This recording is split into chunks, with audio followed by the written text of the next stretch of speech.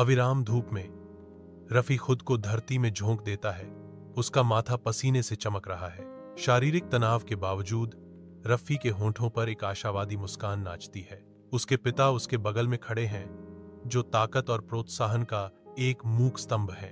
रफी की आवाज हवा में गूंजती है, मुझे कड़ी मेहनत करनी होगी और अपने परिवार को इस गरीबी से बाहर निकालना होगा।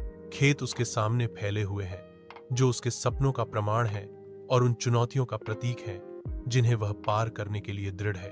एक तेल के दीपक की मंद रोशनी में रफी अपनी पढ़ाई में गहराई से लीन है।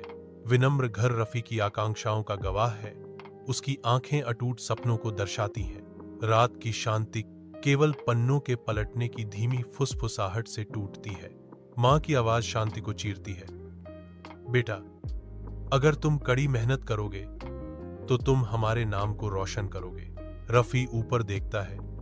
उसकी आंखें अपनी मां की आंखों से मिलती हैं और कसम खाता है, मां, मैं तुम्हें कभी निराश नहीं करूंगा। रफी स्कूल के गेट के पास जाता है। उसका चेहरा चिंता और आशा का मिश्रण दिखाता है, क्योंकि व्यस्त सड़क उसके चारों ओर घूमती है। उसके दोस्त उसे घेर लेते हैं।